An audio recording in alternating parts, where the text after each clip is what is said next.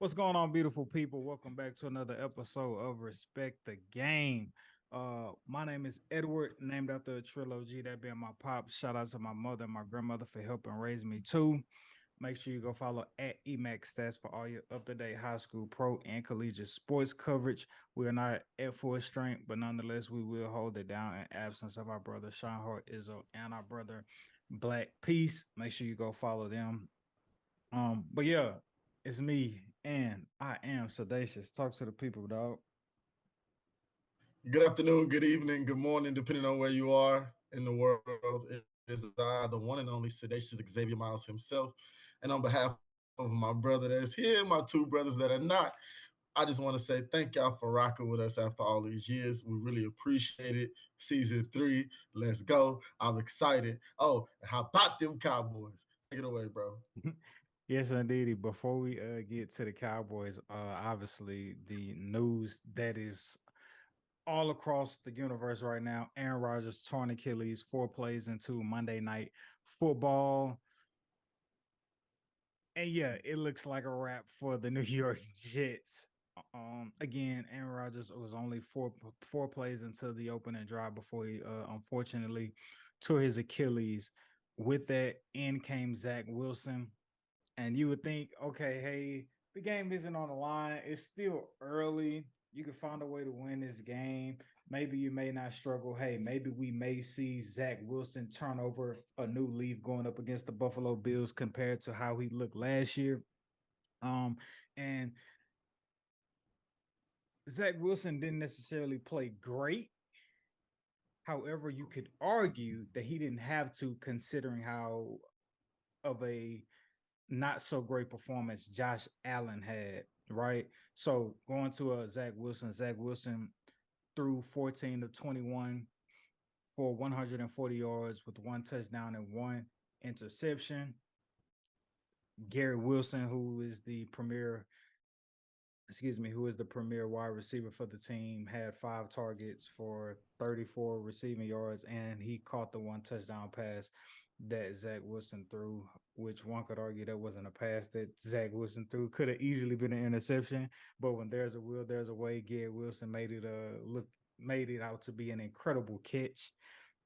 Um, so yes, Audacious, where would you like to go first in terms of, do we try to unpack this game and what the Buffalo Bills did or did not do? Because Mhm. if this were two prolific quarterbacks, right? We say, hey, Justin Herbert, or we say Josh Allen, he just lost to Patrick Mahomes.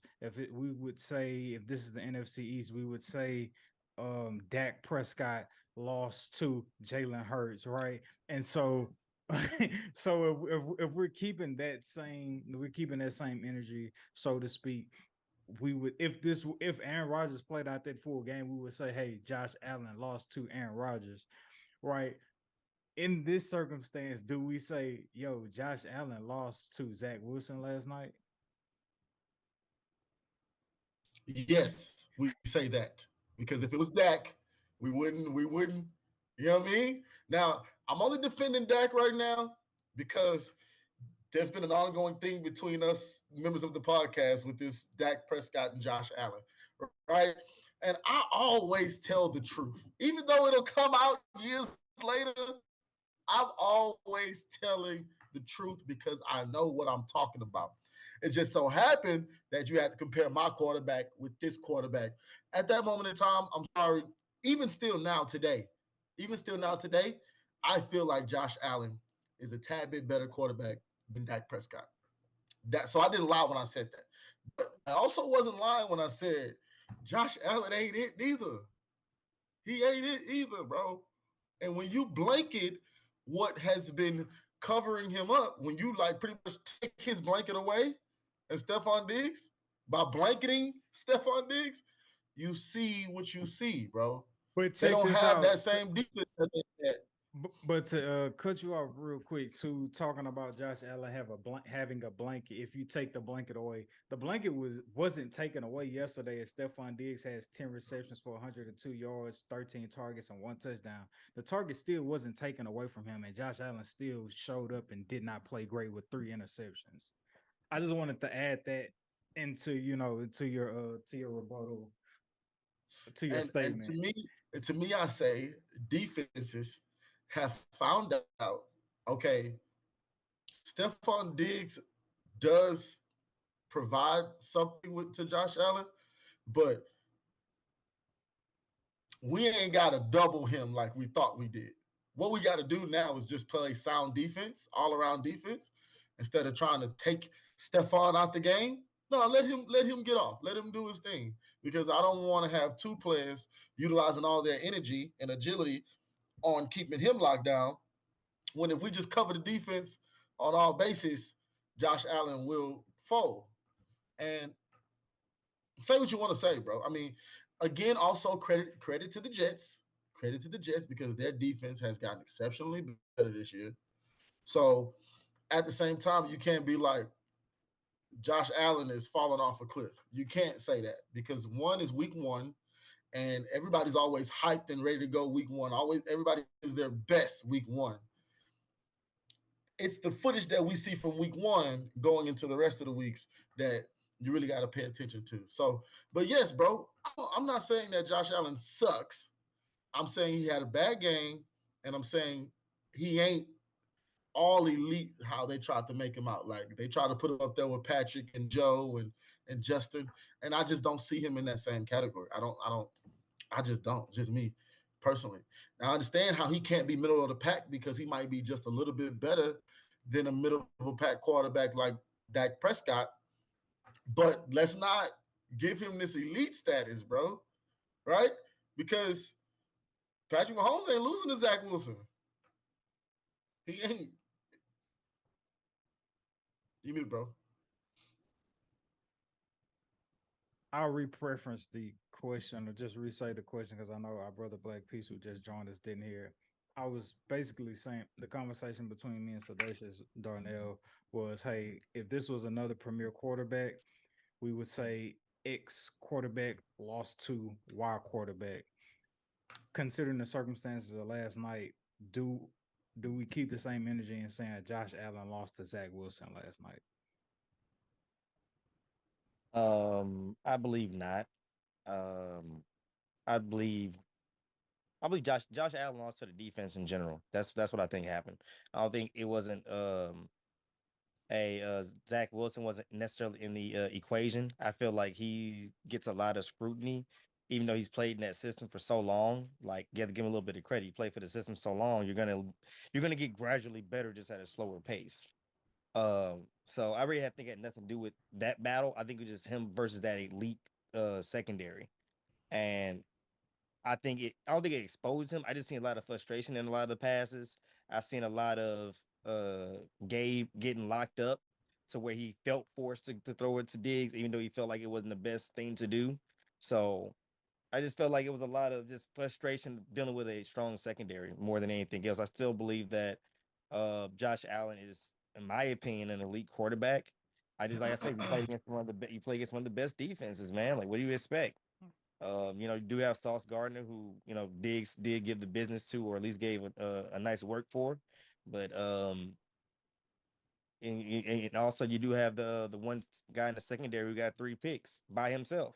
So, like I said, I think it was just an elite secondary he was up against, and I feel like next week he should show a lot better. Who's he playing against next week?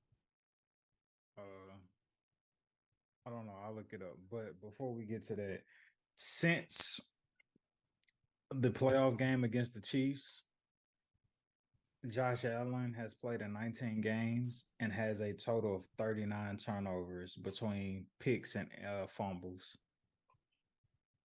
That sounds like a player that feels like he has a lot on his shoulders, and he's forcing a lot of things, and he feels like he has to be the one responsible for making things happen, and that's not fair. I feel like, yeah, you're the quarterback, you're the leader, But for you to have all this stuff happening, just like Dak Prescott, like, hate him or love him, it's like he's always putting himself in these dangerous situations to where it's like now people are gonna say you suck because you can't take that option anymore. You can't run no more, so you're forced to pass the ball a little bit more.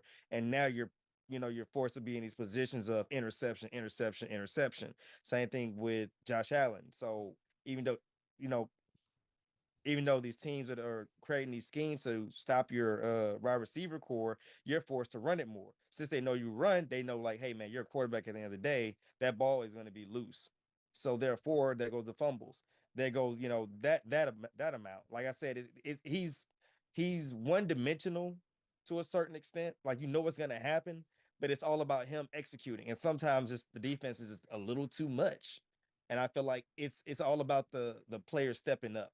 I read in a scouting report about Gabe that he was injured last year a lot, and I expected him to really show up this game.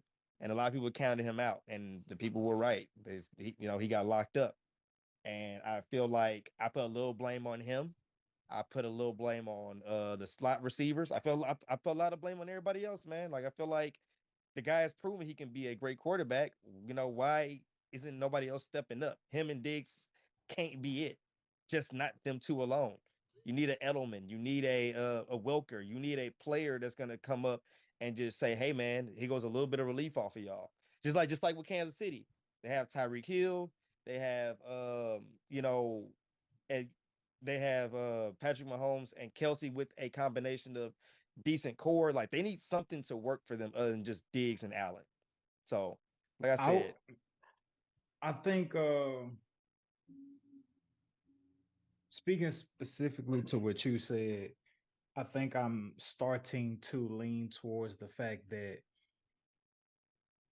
Josh Allen may be showing that he's not who everybody thought he was in the sense of you have these great moments, right? You have these great moments of like, yo, he could be the one. He could do it.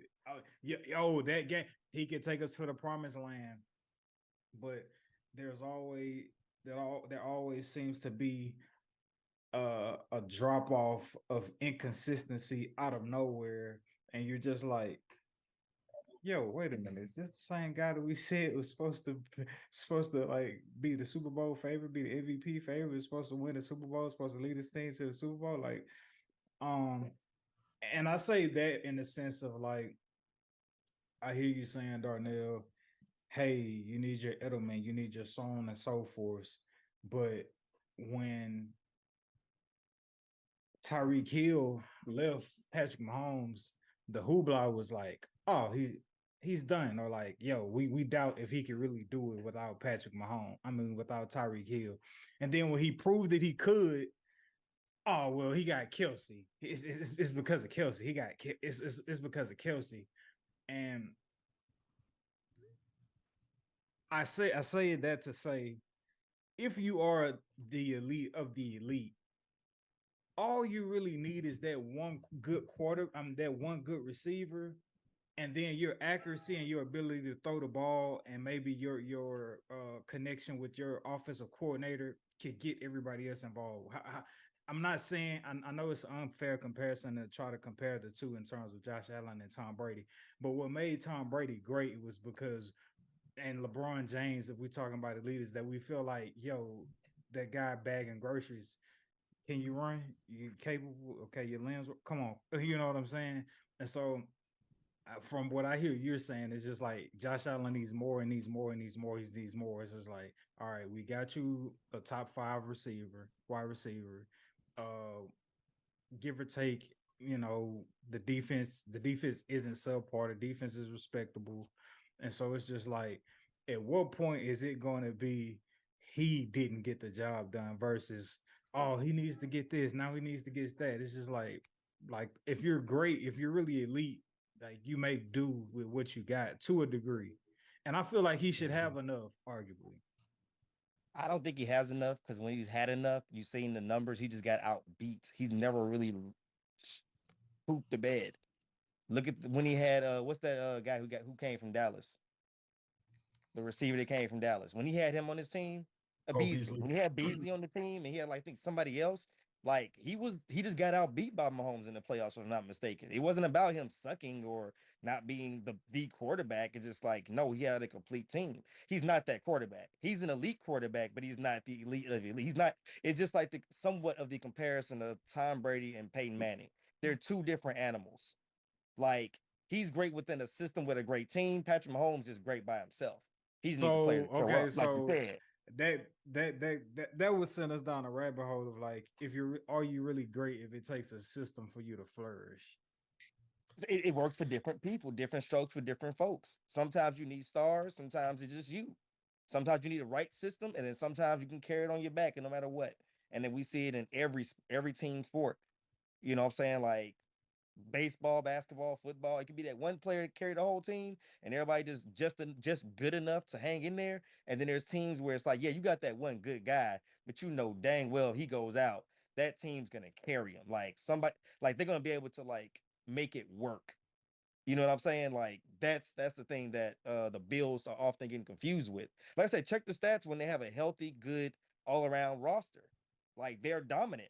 But when like this year, like I said, Gabe and then I don't know what's up with Gabe, man. Like I really expected him to like step up, knowing the attention's on Diggs and Diggs is gonna do Diggs. I need you to get 5 receptions. I need for you to um get 50 yards. That's not even that much for a receiver. Yeah. But you know, these are the things I'm expecting from you to do to let up to open it up. But if they know, okay, Diggs gonna get the, just like Sedation said, when you know Diggs is gonna do whatever he wants, you're gonna let that happen. You gotta figure out a way to like be effective as well. All right, they giving you Diggs. All right, I gotta make at least 6 good plays. Like, come on, man. Like that's what I'm saying. Like, like I don't think he's no Patrick Mahomes. I Patrick Mahomes got rings, plural. But you know, like, come on, man. Like, this is the guy you need to give receivers to and see what happens. And he's like I said, he got did by Patrick Mahomes for Christ's sakes. Like, that's how I'm looking at it. So Miko Hartman is not over there. He's with the Jets. He was the Jets. Oh, okay, he's with the Jets. So what's his receiving core? Stephon Diggs, Gabe Davis. That's it. Because I feel like besides Beasley, And there's Knox. I not will give him Knox. right. That's the tight end. So besides And Kincaid, Beasley, Kincaid, I believe. Yes, but he's yeah, So you got Stephon Diggs, Gabe Davis, Deontay Hardy, Dawson Knox. That's the starting receiving core. yeah. I Diggs, mean, Gabe Davis, Deontay Hardy, Dawson Knox. I guess what? So Gabe it Davis had sounds two like catches for 34 yards yesterday. not enough. It's 4 quarters in the game, brother.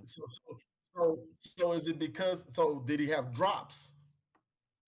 Because if he didn't have drops, then why is he only having the ball thrown to him 2 times?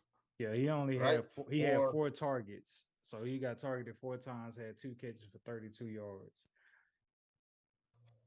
Why aren't so you an yeah, option? man. Mind you, Diggs had 13 targets. No, everybody else after Diggs with 13 targets, the highest amount of targets anybody else on the team received was 6, and that was to Wow. James Cook, who's the running back. So that was just dink and dunk. Come So you on, dumping man. it off.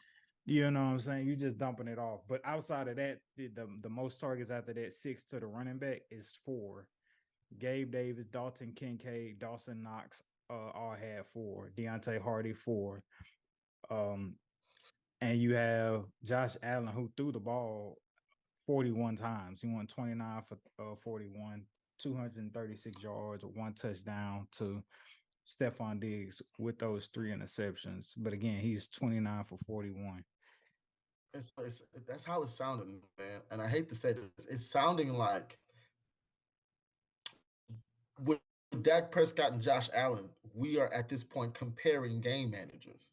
We're comparing two guys who all your skill set is taking what the defense gives you. Right? Dak Prescott did a really good job of that Sunday. I don't feel like Josh Allen did a good job of that. I feel like Josh Allen bought into the Josh Allen hype and was like, I'm Josh Allen. And one nigga picked you off 3 times, bro. And I Yeah, get it. man. Everybody's like, oh, Dak said he not gonna throw 10 interceptions. Right. And I'm like, hey, let's just stop talking about that. Can we talk about how week 1 started? This threw 3 in one day. Can we talk about that? Because who do you blame that on? Who do you blame that on is my question. Frustration from not I having can't. open receivers. Obviously, if you throw it to the same person, because something about that would at least made you say, like, let me stop throwing the ball in his vicinity. You're so frustrated. You're like, man, I don't care, dude. Like, by the time that after that second one, that third one came off a constellation, like, I'm over it. Like, nobody's getting open. Well, here you go. I don't want to What get hit again. I don't want to run out of bounds. I'm tired of throwing it away, messing up my completion. I might as well make it an interception or force it in there. These players do get frustrated. They are human. Yeah. making Same like I said, that like Dak Prescott has that exact same issue where he just feels like, hey man, like I gotta put it in my hands if I ain't gonna get open. Nah, uh he sucks. the He just sucks. turning over to the Jet side of the ball. Aaron Rodgers out for the season, torn Achilles, um at 41 years old. Is this the end for Aaron Rodgers' career? I think it should be. This whole Jets debacle was a reach. I really do. I think, and I heard somebody say he's just trying to do what Brett Favre was not able to. I was like, yeah, yeah, yeah. And you know why Brett Favre wasn't able to do it? Father Time was a. You know what I mean? Same thing, Aaron Rodgers. You ain't prone. You ain't too good to where Father Time won't come and defeat you as well, bro. Yeah, Kobe came back. Kobe came back, and that's Kobe. You Aaron Rodgers, brother. Aaron Rodgers is 39. Kobe, I believe, came back off the Achilles 34, 35. So we're talking about farther time, like hitting you with a mean uppercut, right? Um, Darnell, is this the end for Aaron Rodgers? Do you foresee him coming back? This is the Green Bay curse, bro. You leave Green Bay, you get hurt when the next team you go to. Period. Some reason. And this is it. Some reason in Jets uniform, that's the one that gets you. So this is it. It's been wonderful, Aaron. I was hoping that you would have at least a subpar season, but brother, that ain't pop, brother. You ain't a basketball player. You play in a full contact sport. You do that, you're gonna be in a wheelchair the rest of your life. And he knows it. He knew Unless that you in the moment he sat down on his own will, technically, that's when he knew like I can't play no more. Like that was he didn't want it to happen, but that's what happened. And My boy so I got seen on it in his slow phone. motion, and when it popped, it reminded me of KD. It's like, bro, KD is getting away because it's not. He can not be physical. He can choose not to be physical. You're a quarterback, bro. You know if you get hit again, it's over. Like your life is going to be altered. Forget your career. not unless you take all your snaps from the shotgun. I've always Yeah, but I'm respected not Aaron counting Rodgers. on the fact, like you said, father time. Yeah, that don't mix. That kind of injury with father time. Nah. Well, what should they do with their quarterback? What should the Jets do about their quarterback situation? Should they ride it out with Zach Wilson, or should they try to go into free agency, see if they can grab some guys out of retirement? What do you feel like they should do, Darnell? Zach, man. I don't see what's wrong with Zach. You He's a bugging young if you guy. don't see what's wrong. So obviously I see what's wrong, but he's young. Like you see, especially in the hard knocks, like you see clear as day. Ain't nothing wrong with him, but his maturity. Give the kid some time to grow up. Like when you picked him, you interviewed this young man. You knew what you were getting yourself into, and you expected him just to rapidly grow. When you make a commitment to these players, you have to actually like be honest with yourself and pay attention. Like they knew this. I can see like easy. I'm like, bro, he's just young. He picks up pretty well. And I'm thinking like, okay, especially with like Aaron Rodgers being there, he was actually looking better, looking more comfortable. It looked like he was fighting for his job, but he knew it damn well nothing in this world was going to get him that job. No matter how good he played in the preseason, that was Aaron Rodgers, guy. Hey, bro, Like your that was audio a little out. Oh, my bad. Can you hear me now? I think you got your phone sitting on something.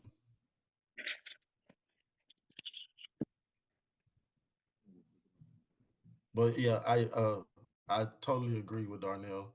Um, you take a man's thunder when you go and trade tell me you don't believe in me without telling me you don't believe in me.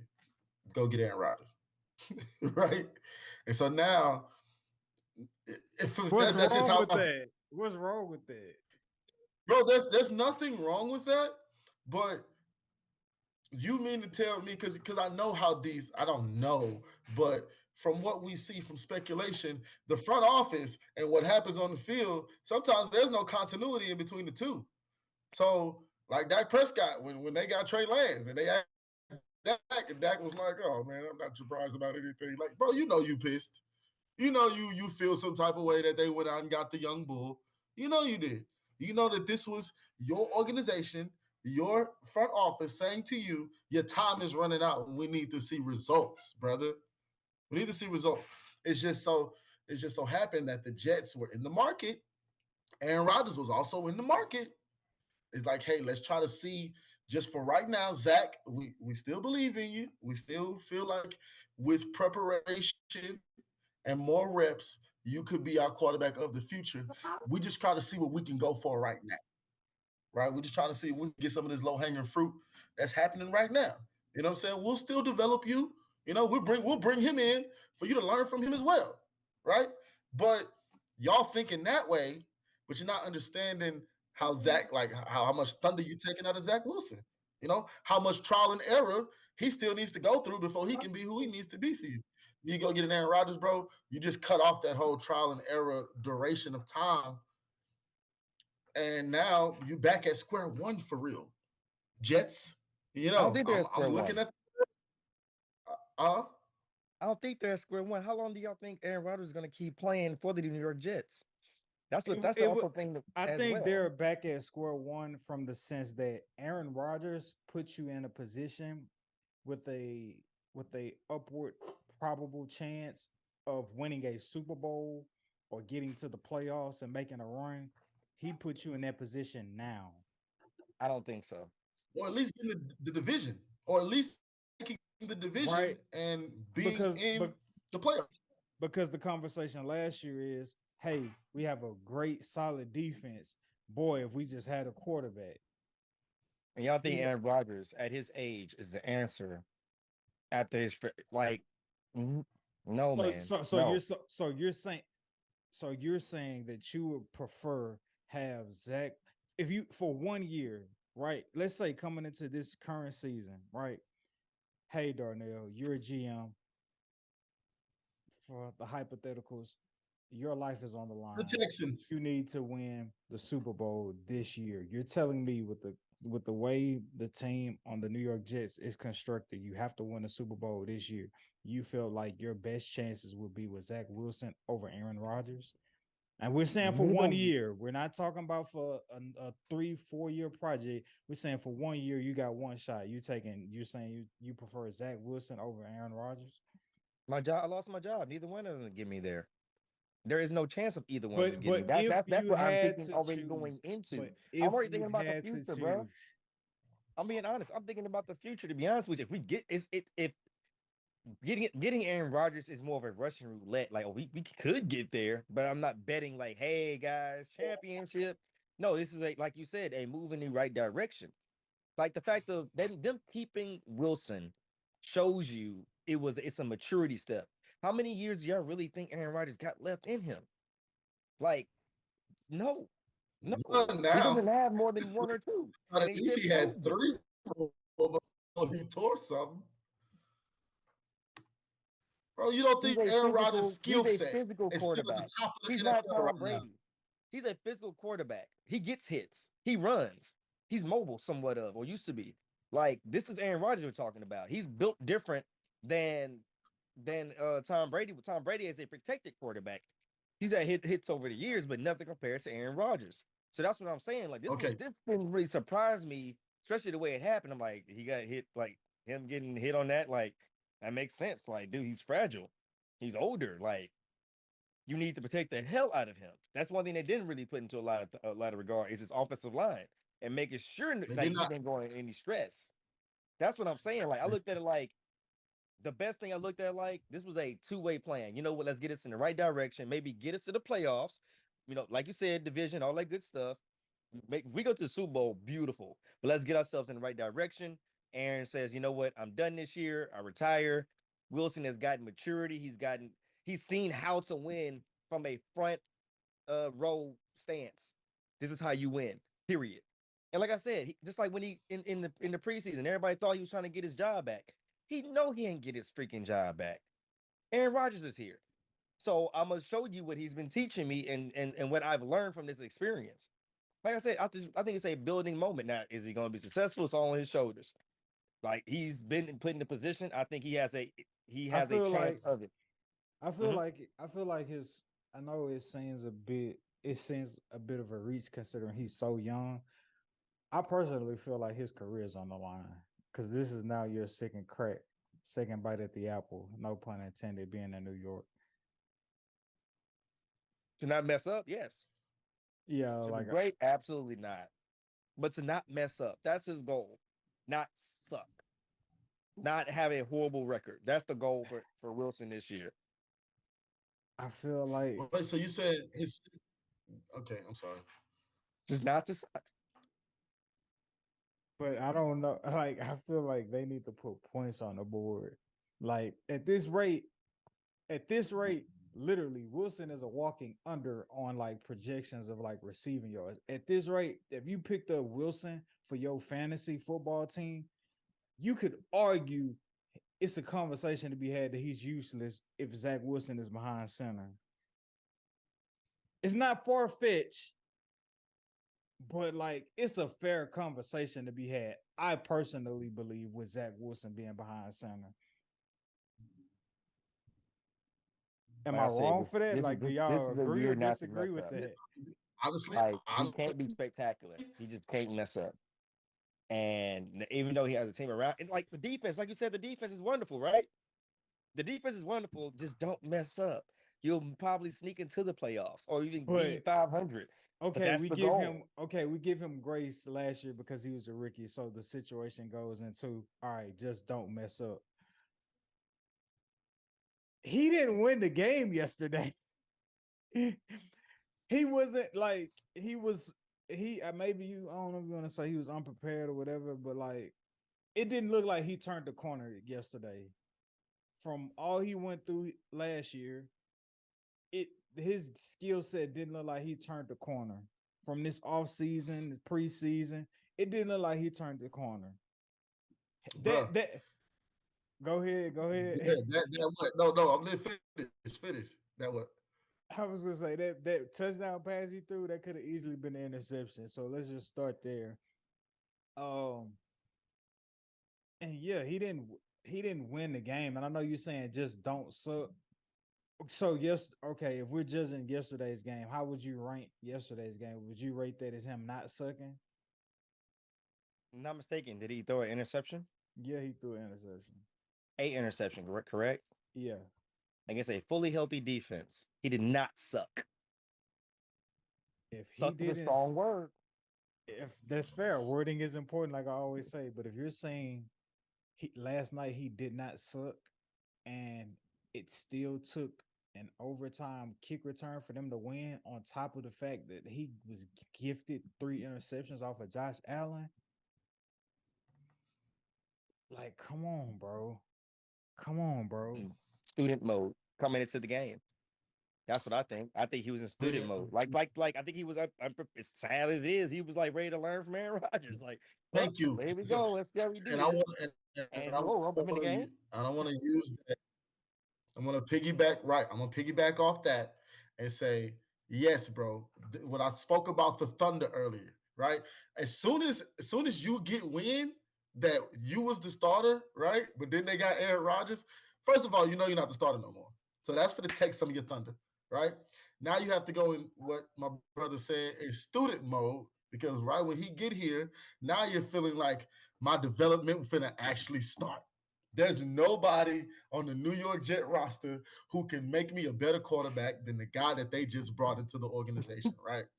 Aaron Rodgers is right. So what if he wasn't teaching you nothing now? And now you thought that you was finna get the quarterback play, the quarterback book, you know what I'm saying, that they all pass around, the greats pass around. You thinking you finna get insight on that. And then you don't, right? And then this guy is letting you know, yo, I'm competing against you, right? To where you like, okay, this nigga competing against me. He ain't trying to work with me. Let me at least try to show what I got, right? No matter what he was going to show, he was never going to show to be better than Aaron Rodgers. They were always going to praise him. That's what they did. When Aaron Rodgers came in, everybody got down to their knees and was like, is it my turn, right? And Zach Wilson like, well, okay, well, all right, I'll just be chilling. You know what I'm saying? Y'all let me know y'all need me. Won't be going through no development. Won't be getting the reps that I'm supposed to get because y'all giving them all to Aaron. Okay? I'm chilling. Let's see what he got to give me. You know it's what I'm a saying? win Okay. now league, bro. It's a win now league.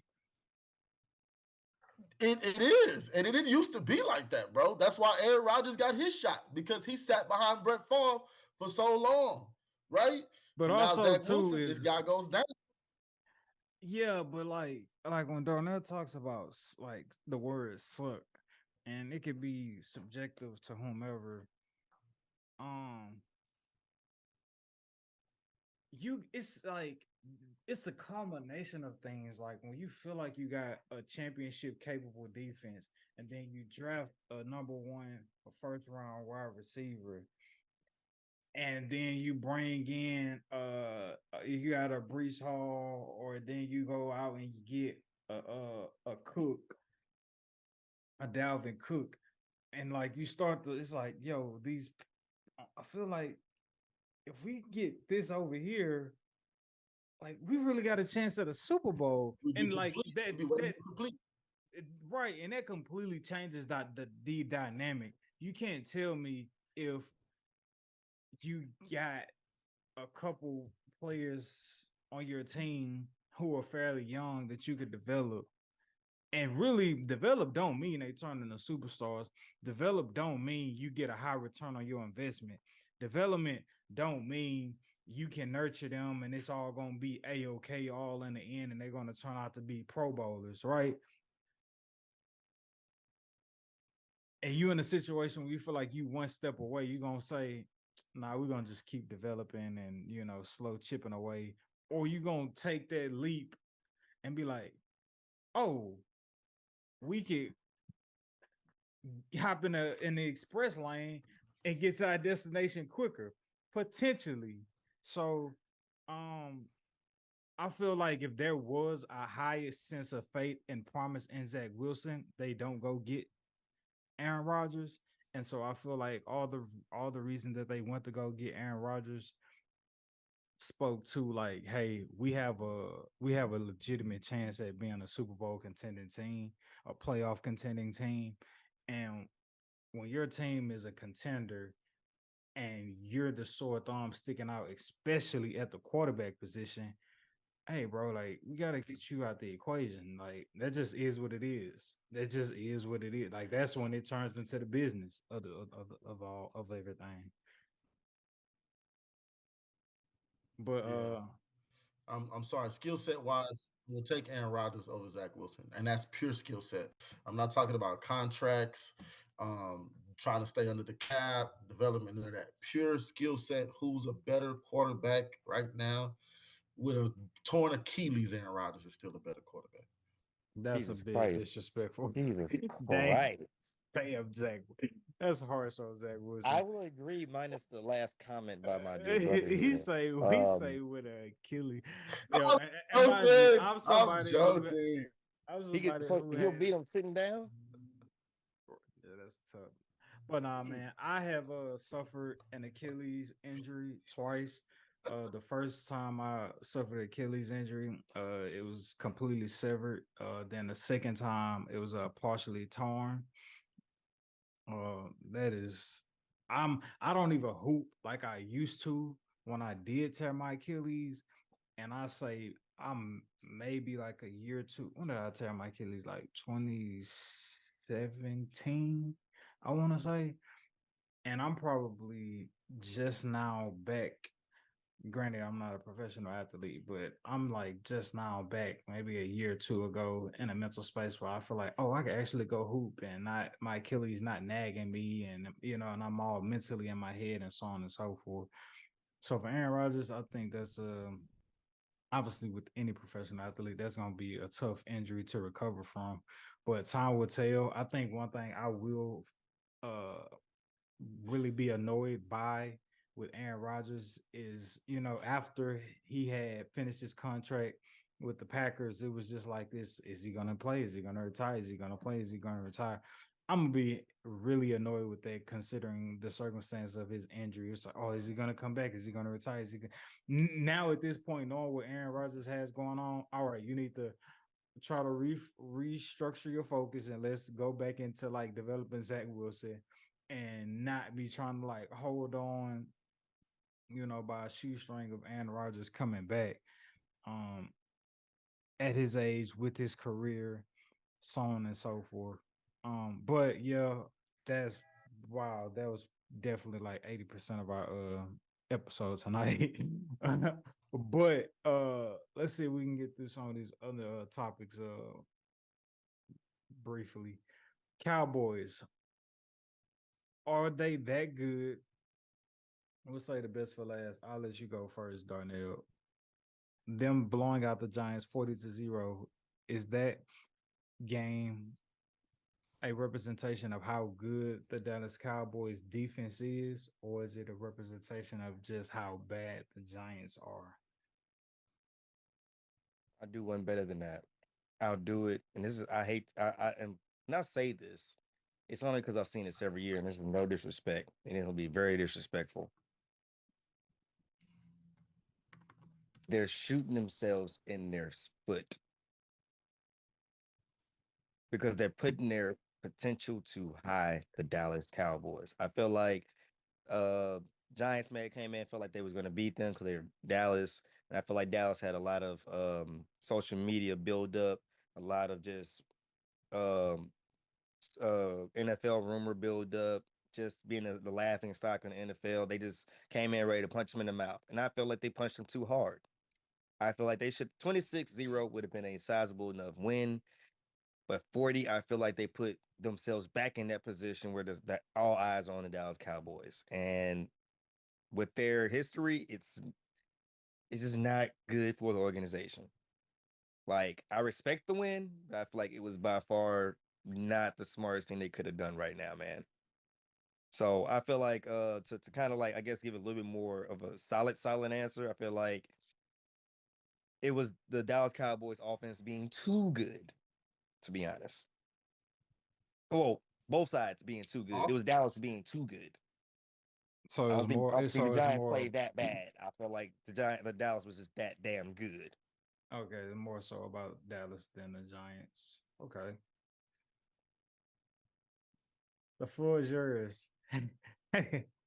apologize, bro. Yeah. Uh, no, no, you're good, brother. I I just gotta do like a simple correction. You didn't say anything too wrong, but you said towards the organization. And let me be frank, bro. There'll never be a more prestige organization than the Dallas Cowboys. It just you just can't do it. And at this point, Jerry Jones just signed a 1 billion deal with blockchain.com. So as far as the organization goes, football ain't got nothing to do with the organization. But I just because you said the organization Respectfully, instead of the football team. Now, as it pertains to the football respectfully, team, I have to agree with you halfway because I did not see nothing out of the offense. Sorry. I didn't see nothing spectacular, nothing that screams we're finna run through the league, right? But on the defensive side of the ball, everybody better be on notice. Everybody better be on notice on the defensive side of the ball. Now, what happened to happen with the Cowboys is the Giants imploded as well. So with the Giants imploding and the defense being as spectacular as it is, they just handed the offense a game. If you let me tell it, the defense won that entire game. Dak Prescott, Tyler Biadasz, Zach Martin was Zach Martin. He ain't always be Zach Martin. Tyler that boy Tyron Smith on the left side. Tony Pollard was not impressed. They didn't give Deuce Vaughn nothing. They didn't have nothing set up for Deuce Vaughn. They used Kavon Turpin. He's too small. Eventually, he's not going to be able. They're going to figure out a way to stop all that swing out stuff. You're going to need somebody. And I was missing Zeke Sunday. I had to be honest. I was missing Zeke because there was times where Zeke will get that push. They was stopping Tony Pollard in his tracks. And I'm like, see, I knew that this is going to happen when you put everything in the Tony Pollard basket. That's exactly what happened. Now we have no third down, no dependable third down Pollard back. coming off of a knee injury last year as well. Exactly, bro. So y'all do this running back by committee thing, and half of them are blocking for Dak, right? The O-line did okay. You know what I mean? Don't get me wrong. The O-line did what the Cowboys O-line has always done. The reason why I said it's okay, because I've seen them do way better. When we had DeMarco Murray, that O-line was, you couldn't fuck with us. Sorry, excuse the language. Audience, I apologize. But I think it's both. I say it's both. I say it's the Giants being one of the worst teams in the league, like they've been recently. That's been trending. And the Cowboys defense had an upgrade over offseason. We got some guys, right? But on the offensive side of the ball, I am still very much worried, scared.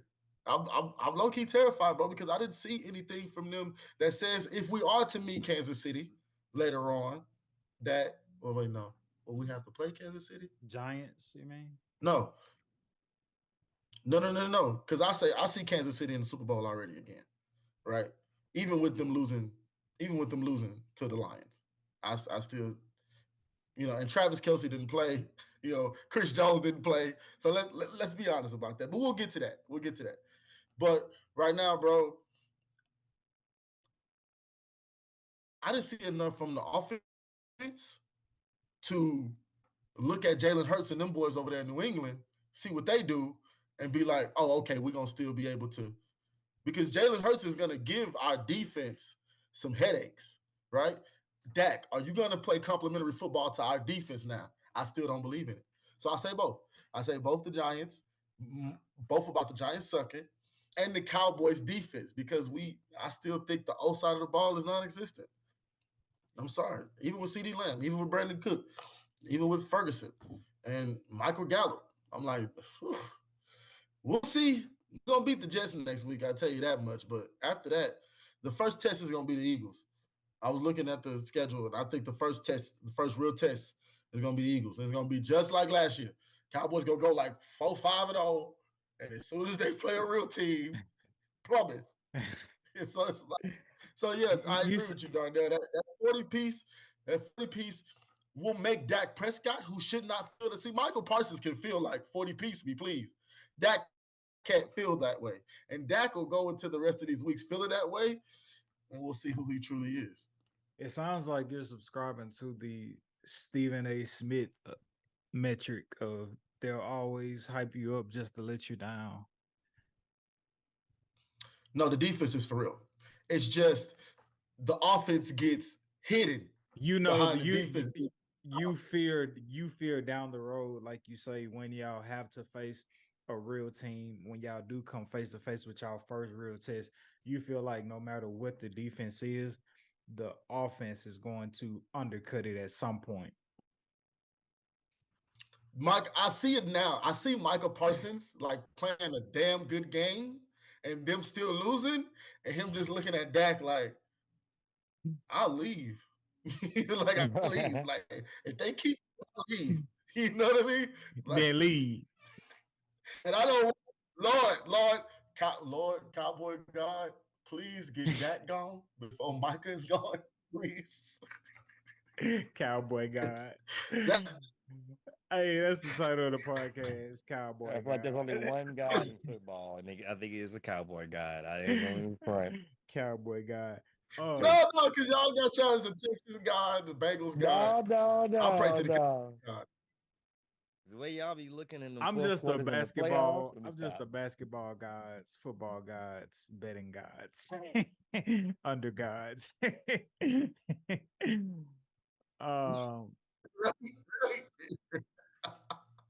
Chiefs lose 21-20 versus the Lions opening week of the NFL. Was their loss?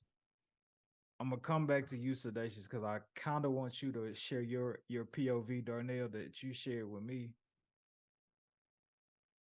Hold on, bro. I gotta host real quick. We need to hear your take on the Giants and the Cowboys. I mean, I want the Cowboys to keep doing what they're doing because I got them on my fantasy team. So I want the defense to keep doing what they're doing. Me So you say it's personally, more about the Giants or the Cowboys? one, I will say it was more about Dallas's defense because they put with the turnovers, they put the offense in situations where they did excellent field position. So to start off a drive, let's see how you're gonna come out and cook up that, so on and so forth. Right. So I would say that it has everything to do with everything to do with Dallas's defense. Everything to do with Dallas's defense. Because if you look at some of those turnovers wasn't necessarily rooted in the New York Giants shooting themselves in the foot. Those are just great It was plays made. deliberate. Yeah, those are like deliberate, intentional plays that the Dallas Cowboys defense was making. So I would say it's all about the Dallas Cowboys defense. Um, Moving but on. moving on, Chiefs, they lost 21-20 against the Lions. Sedacious. With the Chiefs losing this game, do you feel like this was more about them not having Travis Kelce? Was this more about them not having their offensive coordinator and Eric Bieniemy, considering in the second half they went 0 for 7 on third downs? Or do you feel like this was just a matter of certain guys on the team, i.e., Kadarius Toney or whoever the receiver may have been for certain plays being targeted, didn't step up? Yeah, I believe it's all the Chiefs. I feel like the only reason they lost that game by 1 point is because them not having their superstar tight end, them not having their superstar defensive lineman, and one of the role players needing to step up, right? Because everybody mad at Kadarius Toney, and I'm like, nigga, he's a role player. He ain't supposed to be dedicated 3 balls like that. Like, you know what I mean? So, I mean, because what? McCarthy was just in his spot. You know what I mean? So he just bumped up and it's like, y'all put all the lights on him.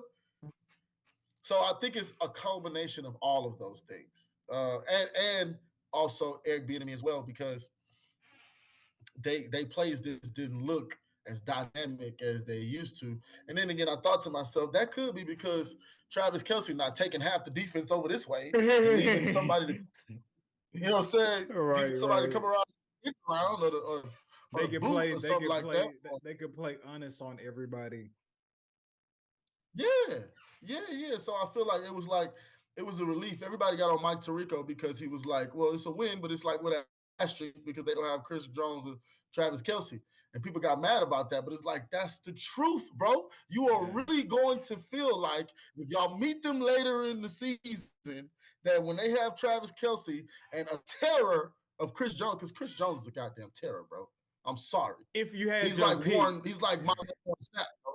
yeah, if you had your pick, you would say if you had your pick on whether or not the Chiefs could play with or without Travis Kelce or Chris Jones, you're gonna say without him, take him out. We'll play y'all. Right. Right, y'all gonna be like, yeah. So they not playing again this week? That's y'all gonna be excited about that. But because the scouting report is gonna look different, bro. Your scouting report, the offensive scouting report didn't have Chris Jones on the board. The defensive scouting report didn't have Travis Kelce on the board. Whew, we finna go ball, ain't we? Yeah, yeah. um, Y'all finna look.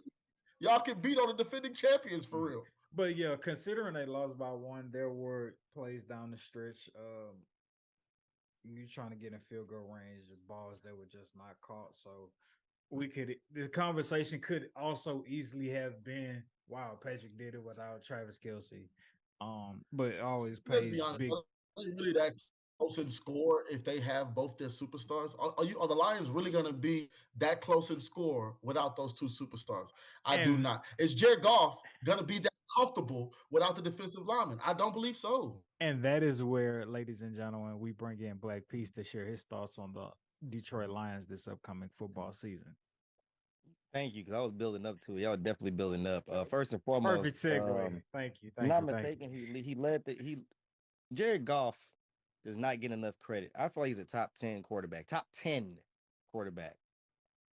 Not based off of like, can you get the win, but at the more of skill set.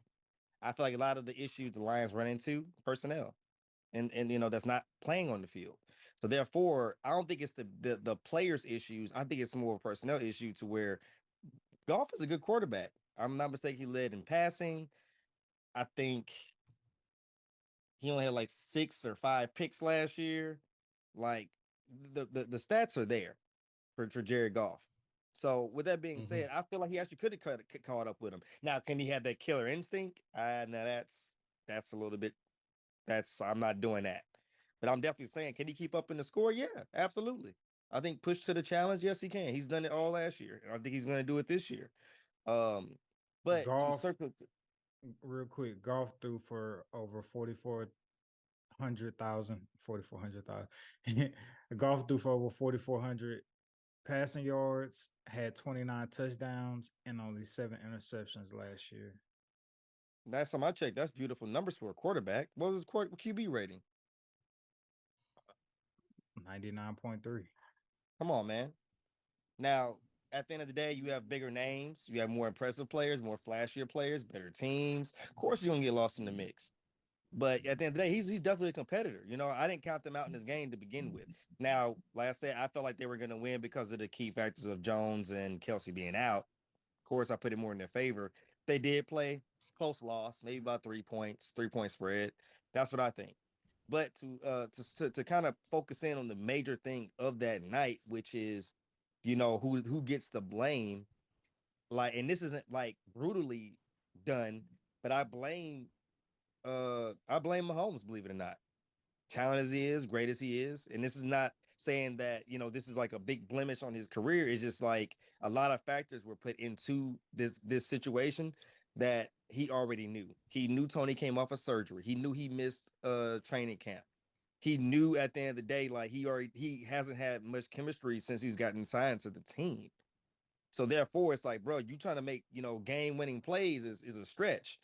Plus, after your third drop and one of those drops being interception, you as a quarterback have to make a decision, as in like, okay, I need to find another primary receiver. I need to talk to my coach, especially with the fact of it that pick that drop happening in the first half. They should already had a game plan for the next drop. Hey, drop number 4. All right, primary receiver is not going to be him. He's out. You can be on the floor as a decoy, but we don't really need you right now, Tony. It's not you right now. It's fine. We're a team. Let's put you on the back burner and let's find somebody else to step up. That's what I feel like Mahomes should have did. But instead, I feel like he got a little too cocky and he said, you know what, I'm gonna make you a star. And at the end of the day, man, like training camp counts. Being healthy counts. Reps with your quarterback counts.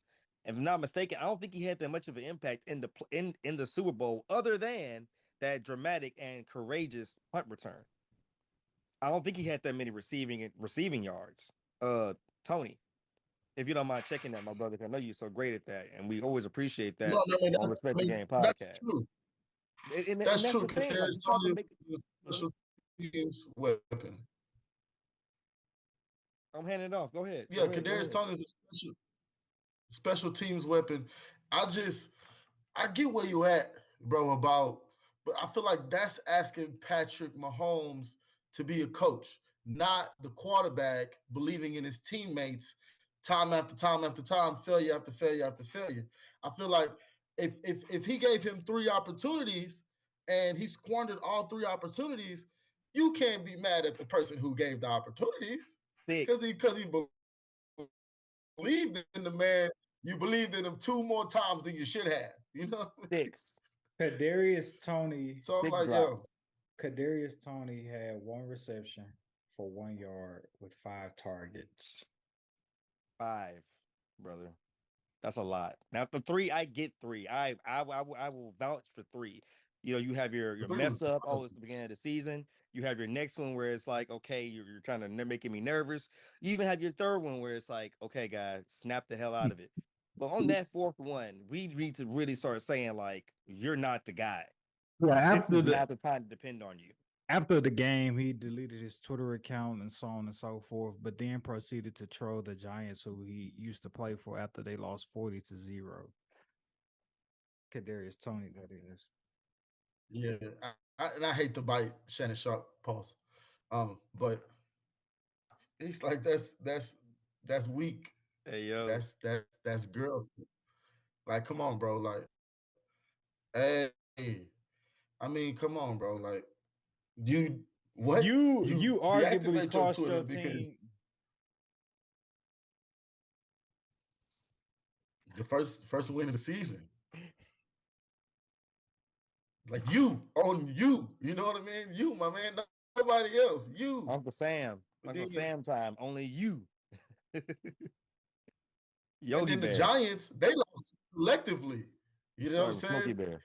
And then come on, bro. Like, yeah, no, I'm sorry. It's like, and you know you're without Travis Kelsey, and you know you're without Chris Jones. You know, hey, spotlight gonna be on you, my man. You know what I'm saying? We coming to you, right? We paid you, and you let us down 5 times. I'm sorry. I mean, respectfully, would have to disagree, Darnell. That Patrick Mahomes does he? So what we do? Remember how we used to do the blame rate? You know what I mean? Patrick Mahomes' blame rate is probably at like a 3. And let's But not Kadarius forget the Toney's fact. blame rate is, Let's not forget the fact that this drop led to a pick six. It's not. In the first half. bruh. One of those drops could have got them in field goal range to win the game. Yes, Lord. Yes, but how many times do you depend on one person? Even I get how he may have been open. It's like you got to start figuring out another way. But You're supposed to be great. You can't just keep feeding the bad option. He lost his chance. You gave him, like you said, 3 chances at the end of the game. Like that's just horrendous. Like, what are you trying to prove? Like, Pat, like, I'm not trying to say you just horrible. I just felt like that was just like your I pride getting think the best of you. You tried to make a nah. hero out of nothing. I don't think he was trying to make him a hero. I think that's just what presented itself to be the best option to throw the ball to. Right. And Tony Defense just game. kept selling. He just kept selling. I don't think Mahomes was throwing him the ball with the intention or the mindset to be like, yo, I'm just to make you a starter tonight. It's just like, yo, this is the best option. You're steadied open for whatever reason. You're constantly open. Hey, they call this play call. You're my first read. Oh, maybe my first read is gone, but oh, you just so happen to be the second option on the read. But you keep dropping the ball. You don't think after the third drop that the defense coordinators are definitely telling them, lack off of Tony, we'll take one at some point? Like, that wasn't a Oh, part of the plan at some point? Like, all right, yeah, lack off of him. Let's gonna lock everybody else down and figure something else out. To where, like, all right, like, take him out, throw it to the running back at this point, create a screen, receiver screen, something easy. Like, I understand what they're doing is figuring out how to stop everybody else. But Andy Reid, come on, dog. You've been in this position with T.O. at some points where, like, okay, T.O. is locked out. You got to figure out somebody else to get involved. And and everybody else is sometimes okay. We know they were great, but you know how the balance goes. It's like, all right, we need to make this work. This is the time to shine. And I feel Yeah, that's come on, figure it out. Like, he had a Westbrook. So you're right. I mean, Darnell, I agree with you on the sentiment of making the adjustment. It's just like I said, I feel like at that point, you're asking Patrick to do the coach's job and instead of be the fearless leader that we know him to be. And because, bro, if you was a quarterback and you did that, I'm not gonna like after your game be like, yeah, bro, why you kept throwing it to that nigga? You know what I mean? I'm gonna be like, yo, bro, you still the best quarterback. You're still that guy. And I understand that you was trying to be a good teammate. I And understand. if he's gonna be open, he open and you're I gonna be like, understand what you're oh, saying. I understand where you're coming from, Darnell. It's like playing basketball. After a certain point, if dude's steady open and he missing a shot, your mind does start to like wane and be like, I probably should shoot this time, even You though be And wide the dude, open. You be person that's like, missing the shot is honestly should be smart enough to be like, I get it. right? So Like, they I should, get it. right? I'm not hurt. I've proven to you that I'm not ready. Thank you for stepping up and taking the responsibility off of me at this point. That's what I'm looking at. And it's like, if it was any fault in the passes that Patrick was throwing, then I could see like, okay, like keep throwing it to him, Pat. Like you're a little off. Dude, you're throwing it in his belly. You're throwing it right where he needs in it. his sternum. And that should have been a sign, like, okay, you're still a little thrown off from your injury. You're mentally messed up from your injury. This has nothing to do with In the the heat of skill battle, I set. don't think he processing it. I think he trusting him to be a professional. It's like, and at the end of the day, like you have to understand, not everybody's on the same wavelength. There are players that could be professional and suck it up and be honest and transparent about the injuries. And then you have cocky jerks that want to say, I'm the man, I do this, I do that. I have a certain persona and I'm gonna live up to it. So if the doctor say I can go, knowing that I'm not ready, shoot, I'm gonna go. Knowing half those passes, he was thinking about his leg. Yeah. And that's why he's like, yeah. oh, my leg wasn't bothering me. Like he don't And want to then say it. He got too much and pride. it sounds like, bro, you said Kadarius Toney's on the wrong team because this is the next man up type of team. Every next man up in the last 2 or 3 years has gotten them to where they got 2 Super Bowls within the last 4 or 5 years. Right? With the next man up attitude, right? Even with Tariq gone, right? McCole Hartman gone. This next man up. He ain't ready to be the next man up. And it is what it is. And you can say that McCole Hartman and Isaiah Pacheco and Tariq Hill, all of them had Travis Kelsey to kind of be able to allow them to do whatever. But you ain't got no Travis Kelsey. You know your defense ain't gonna be able to provide pressure like that. You gotta help Patrick Mahomes some kind of way, bro. But again, I also agree, not with Patrick. Andy Reid or somebody on that sideline should have said, "Okay, Isaiah, you playing receiver for the rest of this game. Um, Clyde, Clyde, you in the backfield for the rest of the game. And this is how we're gonna have to Swiss Army knife this thing out until we can get this done." But that one pass that he dropped, it literally hit him in his hands and went this way, and they would have been in field goal range to win that game. I'm like that Stevie Wonder would have caught that. Nah, that's tough. Yeah, but that ultimately, like I say, resulted in the Chiefs losing 21-20. Getting ready to wrap up the show here. I'm gonna just run off some stats just for y'all to hear, as well as for our listeners and viewers who may not be up on it. But talking about franchise starters, making a debut, young quarterbacks, some guys 2nd-year players, some guys 4-year players, some guys rookies. Bryce Young, number 1 overall draft pick, week 1 versus the Atlanta Falcons, loses 24-10. Bryce goes 20 for 38 for 146, 1 touchdown and 2 interceptions. CJ Stroud for the Texans going up against the Rams loses 25-9. Stroud, that is highly promising. I'm interested.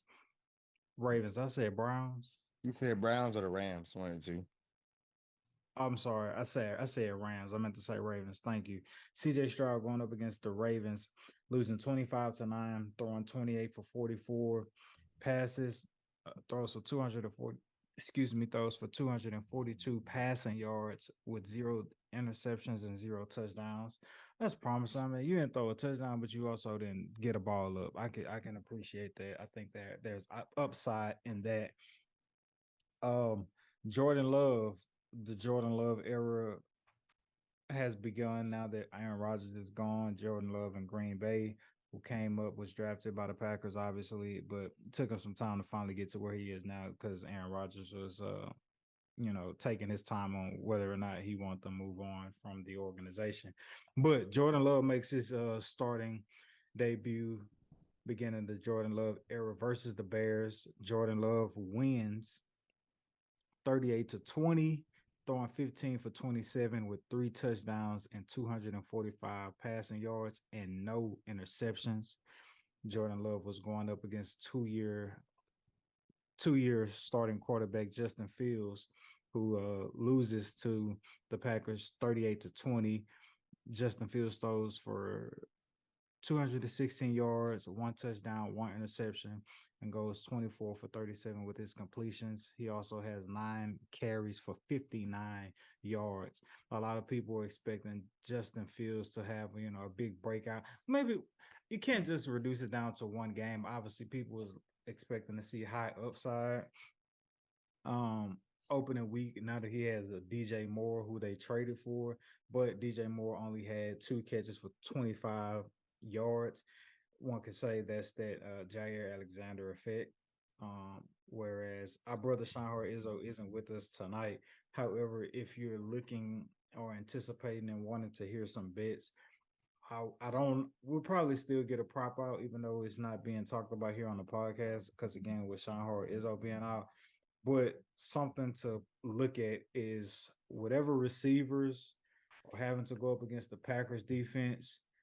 If you have a lackluster, below average, subpar quarterback going up against the Green Bay Packers, find that number one receiver who likely Jair Alexander will be following and shadowing.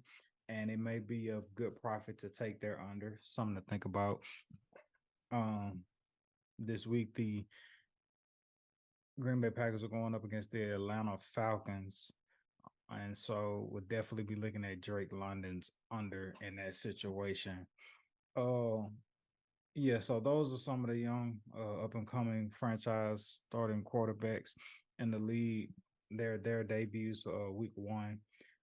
Also top performers in the NFL. Tyreek Hill. I know Darnell's happy. Tyreek Hill, 11 receptions, 215 yards for 2 touchdowns, and also a total of 15 targets. He had a day.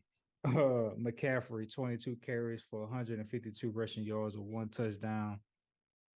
And I think the guys who stole the show, also shout out to Xavier Gibson, who scores the game-winning touchdown in overtime to beat the Buffalo Bills, a guy out of Stephen F. Austin, old 59, straight 59 Norfolk, Nacogdoches. Oh, Nacogdoches. You know what I'm They right? said, You know I'm like, what I'm talking about? Austin.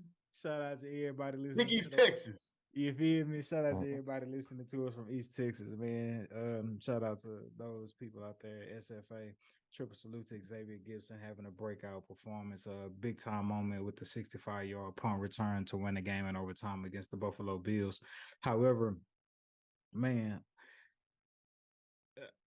have to pay ultimate respect to his teammate and Jordan Whitehead, who had 3 interceptions off of Josh Allen in one game. Again, Jordan Whitehead, 3 interceptions in one game. That is a tremendous feat. The last time that was done, I believe. Well, no, I forget the stat of the last time it was done. However, there has been games where defensive backs have caught 4 interceptions in one game. And that sounds crazy within itself. And the last person to catch 4 interceptions in one game was D'Angelo Hall, who did it. And so no, he was with the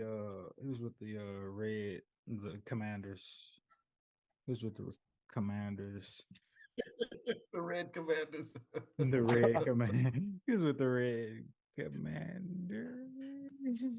Right. Before I get canceled, Red Commanders. But yeah, man. So yeah, again, Jordan Whitehead, three interceptions in one game against the Buffalo Bills. That's a feat that is not done often. Here's the stats that I was looking for.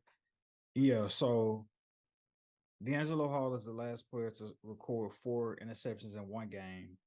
But overall, throughout the course of the NFL history, there have been a total of 12 to 13 players who've recorded 4 touchdowns in one game. So this is just a cool stat because not every day you get to hear about a player recording 3 interceptions in one game and let alone 4. So triple salute to Jordan Whitehead. And he also it was an incentive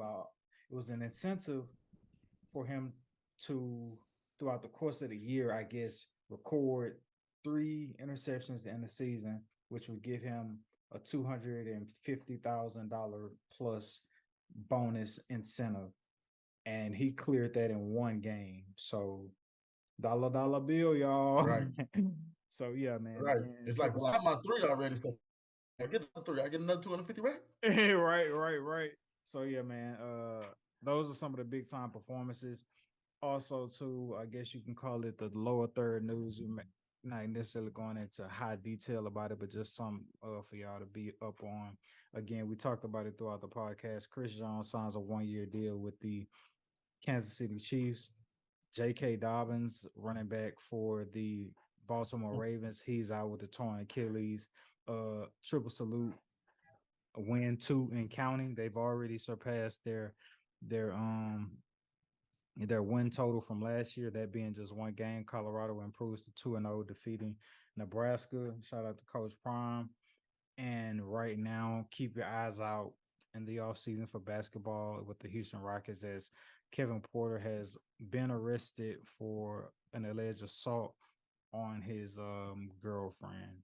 So that's just some of the news that's going on currently right He's a now. former WNBA player, correct? Yes, she was. Yes, she was a former NBA, former or current, but yeah, she did play in the NBA, the WNBA.